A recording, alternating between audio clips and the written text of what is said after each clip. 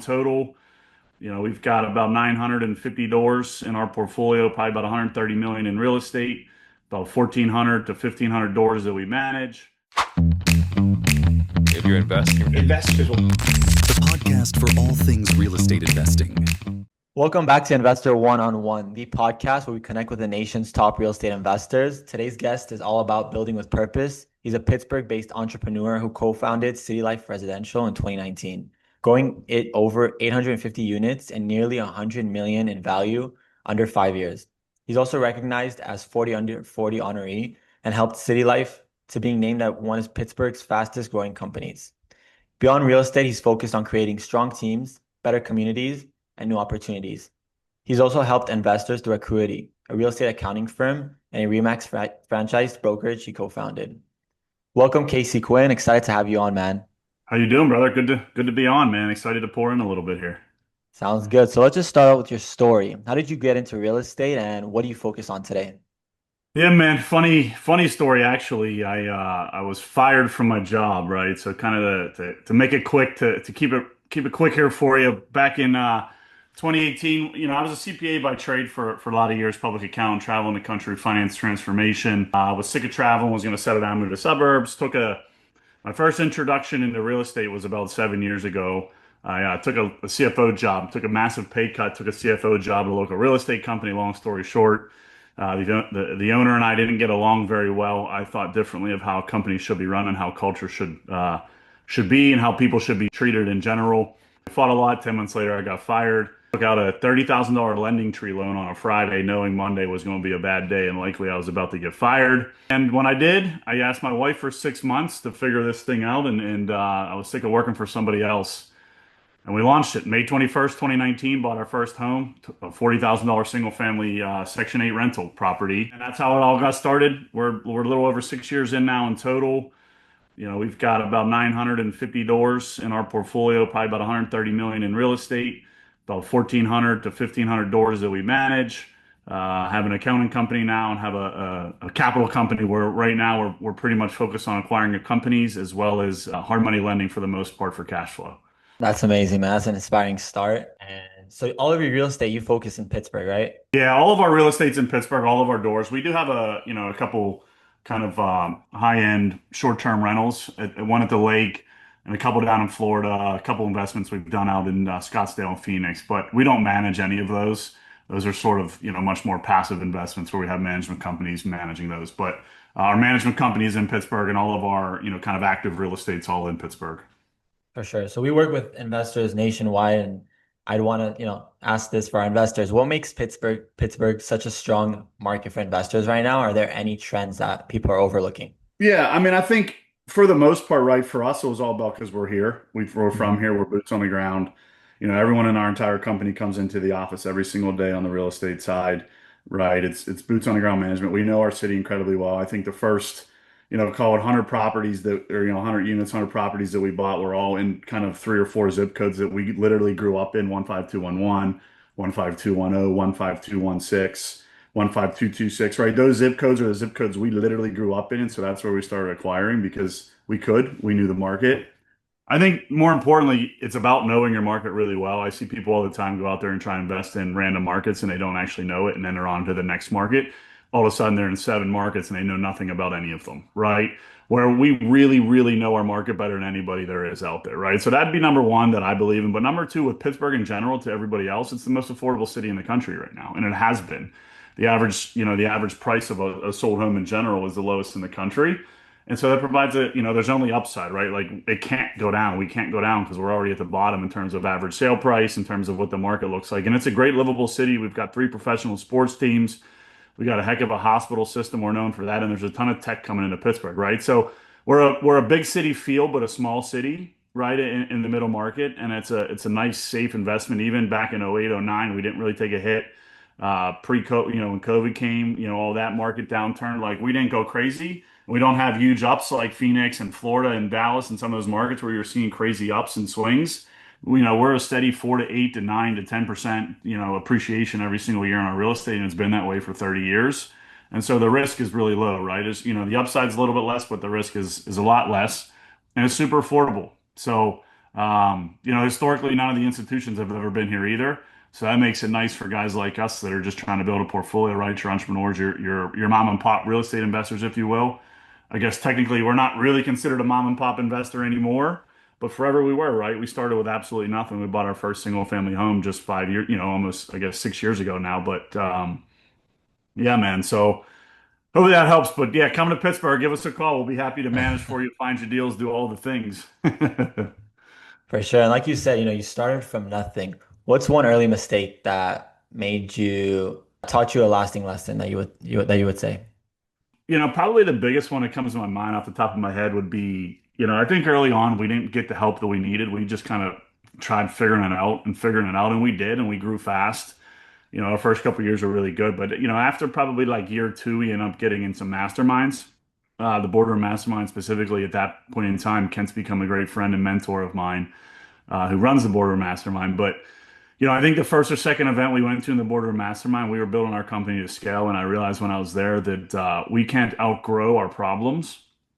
And so we had hired and built to scale, but when the market kind of took a change and things were changing, we had to realize we had to cut costs fast. And I actually came back from one of those events a week later. Unfortunately, had to lay off 14 people in our company at one time.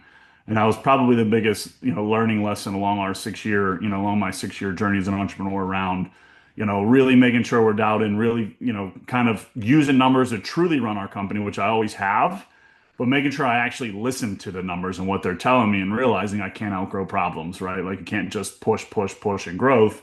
You've got to understand that you've got to do it sustainably and you can't out hire. So that was probably the biggest kind of life lesson and business lesson we've learned along the way. Thank you for sharing that. And you said your first deal was in 2019. How did you find that deal, and how are you finding deals today in Pittsburgh? Is it off market, MLS, wholesalers, or direct to seller? Yeah, man, you're really driving into my memory here. I like it. How we found our first deal. So my business partner was a really well-known real estate agent at the time. What happened when I got fired? He was actually an agent when I was there. He kind of got booted out. Was starting to do a little bit of investment on his own, doing some wholesaling, trying to figure it out because he was really wanted to move from the agent space over. When I got fired, I kind of went to him and said, "Hey, dude, I'll do your bookkeeping, your accounting. I'm trying to figure it out. I don't want to go back to corporate America." We partnered, a couple weeks later, so that started a couple weeks later when we partnered, right? He kind of had a really, really good beat on the market as it was. So we had a little bit of a leg up advantage of understanding the true real estate market, right? I've always been the businessman. I kind of been behind the scenes, the finance guy, the culture guy, make the strategy decisions while he was the real estate guy. But he really knew the market as an agent. He understood the market. And then because he was so well known, people were bringing him some opportunities and deals. And this was one that someone wanted to sell, and he said, "How about we buy it?" And then that's when I went out and got us financing. We acquired it, and kind of the rest is history on that specific deal. In general, how to find deals in this market? Yeah, well, how we find our deals. We bought 94 single family burrs last year and probably did about 15, 20 flips, a bunch of wholesaling as well. Everything we do is direct to seller. Certainly, we found some deals on the market. I'm not saying don't go, looking on the market, building relationships with agents. We have a good brand here now, so that makes it easier. People will bring us deals because of our brand. But what's working for us, what has been working a lot in the economy across the country really is direct mailers. Um, by far, that's our number one marketing strategy right now to off-market sellers. But we've done PPC, SEC, or I'm sorry, SEO on Google. We've done it all. We were doing a ton of texting back when texting was big, some cold calling, right? So we've done all the off-market channels, but mailers has been the best for us by far. And so you started in 2019, you bought your first property, and today you guys have more than 850 transactions that you've done. So that's insane. For investors that are trying to scale, from 10 to 100 units, what's the biggest mindset or operational shift that they need to make in your opinion? Yeah, man. Let's like my number one core value in my businesses and in my life is let's go, which for me is let's take massive action, right? Like I think so many people try to get super educated on how to do things and they spend all their time going to masterminds and sitting online. There's so much education out there, which is cool. But the best education by far is going after it, right? Taking action and then learning along the way. Right. So like a second core value of mine is extreme ownership. The reason it is because I believe in like you have to be able to self-reflect on everything you do to get better, right? Like education is a virtue and taking action is what creates the most education. And when you do those things, like you get significantly better over time. And so it wasn't like year one, I'm out there as Casey Quinn, this big time $100 million real estate portfolio guy, right? It was nothing. I had no money, no income. I couldn't get Starbucks, right? But we just started taking action and learning and figuring out, hey, how do we make sure that we can maximize our ARV on a refinance out of burrs, right? How do we make sure we can negotiate this thing right on a creative finance deal, right? And just doing it. We don't know the answers. We just did it and then we learned from it, right? So the next time we did it, we were way better off. Right. And we were really good at underwriting from day one. So I tell everybody you have to understand the accounting side of the business. Any business that you're in, real estate, even more important because you're investing in real estate as a business, not running a business to make money, right? So you have to understand your numbers more than anything in the world. And we were really good at that, and we still are because I came from the background of knowing my numbers, being in accounting. And so early on, cost of capital was one of the biggest things that most people don't pay attention to. And so I actually do a presentation on Burr. And one of the things I show is the cost of capital, right? Going out and borrowing from a hard money lender compared to a private money lender, for instance, points, origination points, title fees, origination fees, underwriting fees, all of those things add up for a massive cost of capital that most people don't look at, right? And so for us, we were always looking at the cost of capital. What is our daily rate? Right? Like for instance, early on, we were paying $157 a day every single day just to borrow money to do a deal. If you think about that, that adds up quickly, right? And so like it's all about the speed of time. And so we were trying to average 90 to 120 days from the day we bought it to the day we refinanced out of it. Speed was everything. It was quickly realized that because of the cost of money and how expensive it was and how we had none, right? Like, we were borrowing from whoever we could at whatever rates we could. We were in the 20% early on because it was otherwise we didn't do the deal. We didn't have money. So, those are a couple of the things that I would say you've really got to pay attention to. You got to dial in on your numbers. You got to understand what you're looking at there. Know your cost of capital and then take massive action. Know you're going to make mistakes. And then really, who cares? Because mistakes are about education. You have to make those mistakes to learn and grow. And we've made, hundreds of, I always say every day, if I don't make a mistake, I'm not pushing myself hard enough, right? I'm not Mhm. pressuring myself. I'm not putting myself in the right mindset to go after whatever it is I want because I've got to push myself outside of my comfort zone every day, or otherwise, what's the point? I'm not growing anymore. What's the point in doing it, right? So, right, it's about being consistent every day, taking massive action, and then making mistakes and learning from them. That's the key to the game. For sure, man. I couldn't agree more. Everything is execution, and from every failure, there's a lesson that takes you to that next level. So Yep. thanks for sharing that. And you told me, you've been in this industry for a while. As you said right now, you've kind of touched up on everything, the accounting side, the investing side. For you've also spoken a lot to sellers. What's your best advice for turning more seller leads into signed deals? And in your opinion, where do most investors mess up on that part? Yeah, I think rapport, right? I think, for me specifically, look, if you're about in a huge wholesale transactional business, it's a little bit different. It's all about numbers and the KPIs, which, by the way, I believe in wholeheartedly. Run the business on KPIs. But I think depending on what you're doing and how you're doing it, the more you can take a realistic relationship-based approach to it, right? I think there's a lot of fly-by-day, fly-by-night wholesalers out there that don't take a relationship approach, and they're not here after 3 years, right? Their business is closed down because they can't create sustainability. But relationships create big deals, create big spreads, right? Number one. Number two, create sustainability because you build a better brand and you get referrals out of it, right? Which is the cheapest lead the last I checked, right? Because it's free most of the time, right? Specifically in this industry when you're convincing sellers. They tell Johnny, they tell their aunt, they tell their neighbors, right? And so building that reputation is huge. Building trust is huge, right? I never really, well, I should say I moved much more into, raising capital. I've always been a capital raiser. I've probably raised 40 to $50 million at this point over the last 5 or 6 years.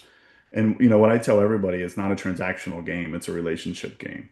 And if you want to be the last man standing, it's all about creating the most amount of relationships because that's what's going to matter in the end and stop worrying about the transactions. The transactions come. They'll come as you go, right? So whether you're an acquisitions rep, acquisitions manager, an entrepreneur doing it all yourself, take the extra 3 to 5 minutes on those phone calls to really build the rapport. Get them talking, right? The more I talk, the less people like me. The more I listen, for whatever reason, the more people like me. It's funny. You leave two conversations. One, you did a lot of talking, they walk away and they don't remember you. Another conversation goes by for 10 minutes, you don't say a word. Next thing you know, you have three people telling you how much that person liked you. It's like, Okay, I don't know why they like me, but all I did was sit there and but it matters, right? You did sit there and listen, and that creates an emotional feel for them because most people like to hear themselves talk. So that's what I always say, right? Get the seller talking, whatever you're trying to do, get them talking, build a relationship, build a rapport, figure out a way to make the connection to whatever there is they're talking about, and that's what's going to significantly increase your close rate. That's some amazing advice, man. Some investors think the more I persuade them, the more I talk, that's how I'm going to get the deal. But, these people have needs, these people have problems. That's the reason they need to sell their home. So, that's a Yeah. really good I mean, advice to. without a doubt, some of the larger wholesale companies, if you will, in the industry, a lot of larger fixer flippers, right? We've always been a buy and hold. And so transactional volume never has been really that much important. Now, look, we're still doing over 100 deals a year. We're just keeping all of them. Right. But if you really, really want to get to scale, I think that's the point, right? A lot of those folks are telling the truth. They're helping sellers out of distressed situations. And not only that, right? They're saying, hey, look, it might not be me to buy the property, but it's going to be someone in my investor network to buy it. They're super transparent. Those companies, those are the companies doing 5, 10, 15 million a year in top line, right? Compared to in transactional fees and top lines for their deals, compared to the folks that are, kind of grimy out there trying to make it trying to convince and do the used car salesman pitch, right? We all hear Uh, that. Well, those are the folks that are stuck at the $1 million and the $2 million, right? And it's a job for them at the end of the day. They're not really building a business, and that's why. I agree. So when you evaluate a motivated seller lead, what are the top 2 to 3 things you look at first that makes it worth your time? I think number one is why. It's really kind of digging into why they need to sell, right? What is the reason they're in a distress situation? I think that's more important than anything. If you think about home sales and the people that we're generally working with, they're not investors. Now, obviously, the folks we get a lot of deals where, you get the tired landlord. Same concept. Build a relationship. Why are they trying to sell? They're a tired landlord. They're sick of dealing with tenants. Great. Let's take that problem off their hands, right? Or, hey, they're in a distressed situation because they lost their job. Cool, let's take the property off their hand, right? So like to me, number one is again goes back to evaluating what's the reason why they want to sell. Obviously, you can't do that in just the data, which is why it is super important to be answering the phone call when they call on a direct mail, for instance, or right when you're doing online when they click the link or when they're calling in. Like response time is insane, and I think there's a ton of data out there around that response time. But it's you got to get them on the phone. You got to build a rapport, like, and understand why as fast as possible are selling. I think that's probably the number one thing, in my opinion, the reason why. And then number two is kind of what's the equity in the property, right? What are they going to make on it? You got to make sure that you help them understand what they're going to get out of the property, out of the deal, right? And how you're going to make it easy for them and why. Those to me are the two biggest things. And then to your point, it turns into, it's well, not your point, but right, it turns into kind of that transactional game where okay, cool. Is the numbers line up or not, right? And then that's why a lot of people are getting more and more into creative finance because they're not, because the debt's where it's at, and it's hard to make a deal work because of the debt side of things. And so it's, hey, is there equity in this thing? What are they ultimately after? They just need to get out of distressed property. Is it, falling apart? Has it been sitting there vacant? What are the reasons why, right? And really dive into that side of it is, my opinion, the most important thing. hmm So some might say that the market right now is very questionable. Looking ahead for the next year to 18 months, what opportunities or risks do you see in the real estate market?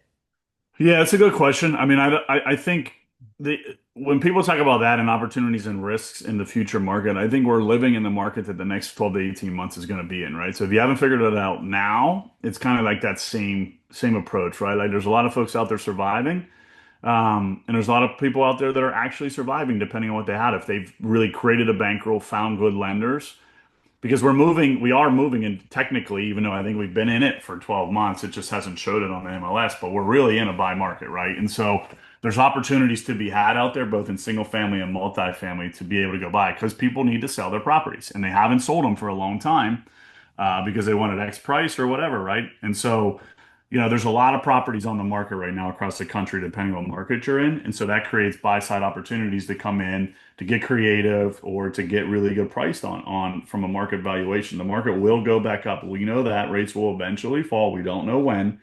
And so let's not try to predict the market, right? What I tell everybody, right, people talk about the national data and all these different things that are happening. I'm like, well, what's relevant to you in your business today? That's all I care about, right? My students, I say, what's relevant in your business today?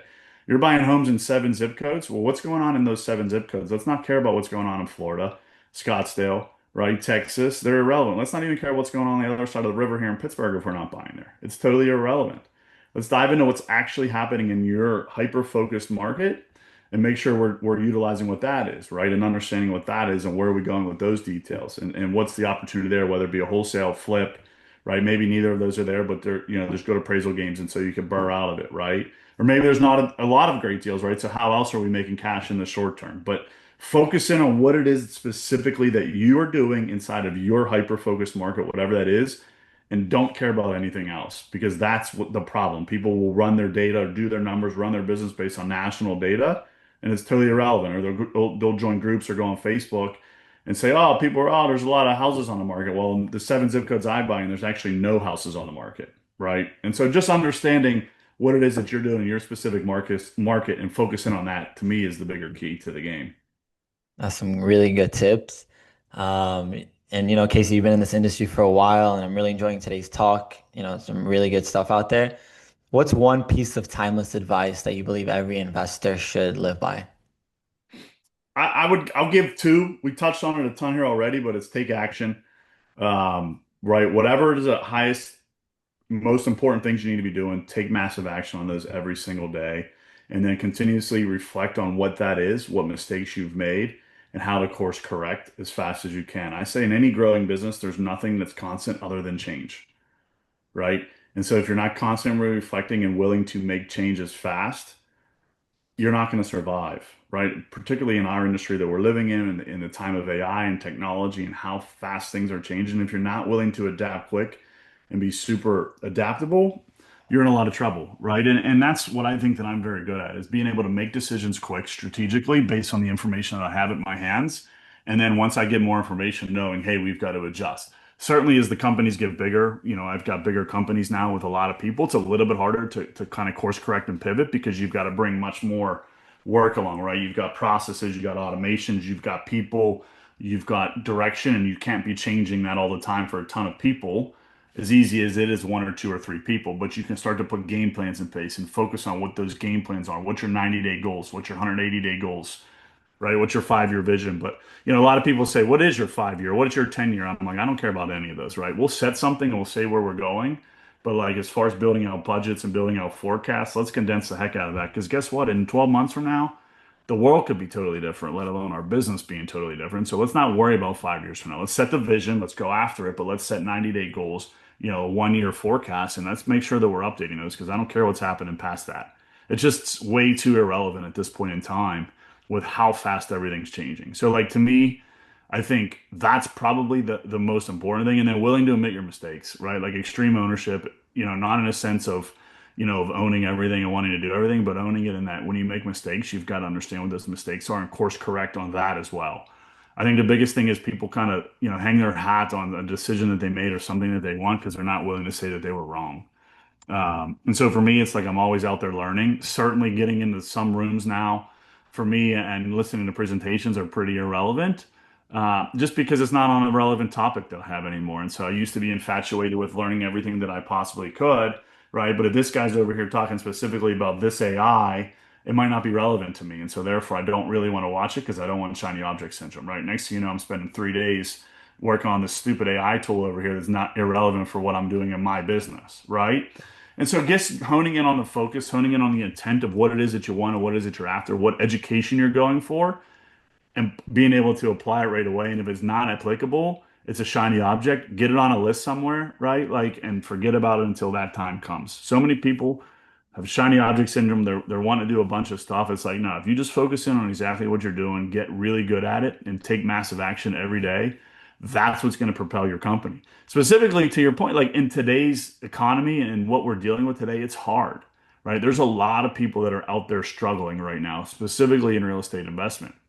And so they're looking for other ways to pivot, other things to do, which I don't disagree with per se, but you got to understand what it is going to be able to move the needle for you. You've got to focus in on that and you've got to go after that. That's what's going to move the needle for you. You're not trying to do all kinds of different things, spreading yourself thin, not being an expert at anything, right? That's what's going to create even more trouble for you. Really focus in on what you're doing and go after it. That'd be probably my top two. You spoke a little bit about like 90-day goals and how fast the world is changing with new technology, with new things. If you had to start all over in Pittsburgh with $10,000 today, what would your first 90 days look like? Wow, that's a good question. $10,000 first 90 days here in Pittsburgh, right? I probably would, I guess if I'm starting from scratch, I think I'd spend the first $10,000 directly on marketing and then hit the ground running as full speed, working the streets. So I'd go out, I'd be door knocking, trying to get things under contract, and I'd spend my first $10,000 on marketing for deals, and I'd wholesale those. I'd find a dispo partner, so I don't have to worry about the dispo side, just to choose one or the other, right? Because if I don't have a deal, I can't dispo. And so I'd focus on the acquisition side first. I'd spend $10,000 in marketing, probably, right now. I'd probably spread it across a couple of different platforms, right, to get going here. And they're trying to wholesale a deal or two right away, right? Find a dispo guy that's already really good at it, that has a ton of investors already in place. Let him kind of handle that side, work directly with him, say, hey, I'm going to find you some deals, work with me, tell me what you think they'll sell for. Let's get these things under contract to turn that money as fast as possible, right? Because it's all about cash conversion. If you have a finite amount of cash, right? Fortunate for us, we're able to spend it. We're able to increase our or decrease our cash conversion cycles to make more money from an ROI.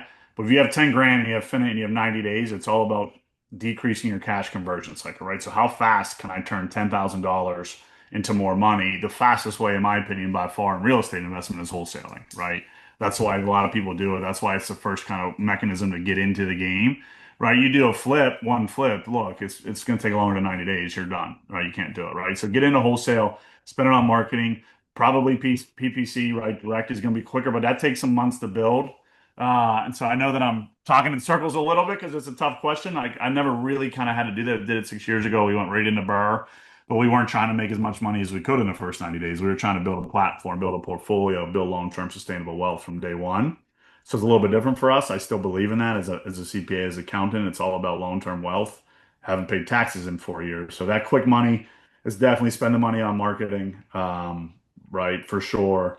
Turn them through wholesale to decrease your cash conversion and then to speed up the game doing that. I love that, man. Your advice Good is question, though. amazing. Yeah. Your advice is truly amazing. Some people, when I ask them this question, they say a very general thing, but when you talk, it's a lot of execution, a lot of like detail-oriented things. So I really appreciate the answers. I mean, if Uh, you really want to know the answer, since it's a real estate podcast, I didn't want to give this, but the real answer is I'd go do whatever I'm good at as a service business, put the 10K into marketing to win service-based clients, and then just get paid hourly. Take that to reproduce the $10,000 on a cash conversion because it's the quickest because you get paid right away. Then turn that into marketing for wholesaling, ultimately into flips and the burrs, right? So basically, I'd go do a service, whatever it is I'm good at. For me, I'm accounting, so I would do what I did again, which is, hey, I'd spend a 10K on marketing. I'll do your bookkeeping, get paid up front, right? Do a bookkeeping assessment or a CFO, fractional CFO assessment.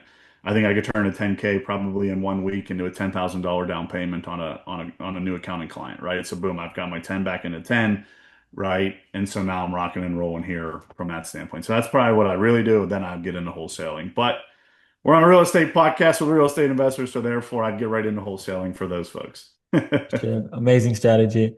So, it was really good to hear, about your past, about what you're doing now, but what's next for City Life Residential and what's next for you personally and professionally? Yeah, for sure. To start with CityLife Residential, right now it's really hard to buy. We bought 94 homes last year. We did a bunch of flips. We scaled our company very fast in 6 years, as you can imagine, right? We're close to 1,500 doors that we manage. And so we have a ton going on. A lot of those are ours. And so this year was for us is a big year of reflection, a big year of, operations and automation. So we're not buying anywhere near as much as we bought last year. On top of that, multifamily is really difficult right now in Pittsburgh, right? So we bought a bunch of multifamily last January. We bought a 98 unit. And so, this year for us is a year of slowing down a ton on acquisitions. So we've done that, and we're really focusing in on really improving our property management business itself, right? The automations, the operations, maximizing our cash flows on the doors we have, maximizing the business itself for enterprise value in the management company itself, remanaging, restacking some of our debt, right? Doing a bunch of refinances on that side, really kind of repositioning the City Life business this year for year 7 and beyond to kind of start growing again. And as far as me personally, kind of some of that is the pivot, right? We started an accounting company 3 years ago. I have a different partner in that business. We're scaling well. We're really helping real estate investors across the country. That's been a lot of fun for me. So I'm spending a lot of my time in the Accruity business. And then more recently, we also started a new capital company, right? So, with everything that we've built, we know our market really well. So we started a local hard money lending company, and we're doing really well. We have a lot of demand for loans on that side. And so we're building the hard money lending business, which is really a capital company, as we're looking at, acquiring some more service businesses locally, right? We have a carpet company, not a carpet company, a flooring company under contract, a cleaning company under contract. And so we're kind of looking to different verticals within our world in that capital company to invest. So those are a couple of things I'm working on. For me, for the future, where I really envision myself is obviously continuing to invest in real estate. I think I'll slowly move into multifamily at the national level, doing much larger, bigger multifamily deals in Class A and Class B neighborhoods. Um, that's one big thing. And then the other big thing is really kind of continuing. Hopefully I didn't freeze, really continuing to build out business platforms, grow Accruity, and kind of continue to move more into like a venture firm, if you will, private equity. So that's kind of where I'm going. For sure. Anyways, yeah, we're concluding. So, Casey, thank you so much for sharing your insights and experiences with us today. It's been a pleasure having you on Investor One-on-One. If our investors want to connect with you or learn more, how can they find you? Yeah, Casey Ryan Quinn on Instagram. Casey Quinn on Facebook is the best way to connect directly with me. Shoot me an email, casey@scalewithcasey.com. If you need back office services, we'd be more than happy to help you, from bookkeeping to controllership, closing your books, reporting, forecasting, fractional CFO work, tax. We've got it all in-house at Accruity, so we'd love to connect you over there. Accruity.com is our website. We'd love to get on the phone with you, see what you have going on. Otherwise, pick your brain and get better on my end, right? It's all about collaborating over competition, networking. You never know where the next relationship's going to take you. So make sure you're getting your relationships in, build them, be genuine, be yourself, and keep going.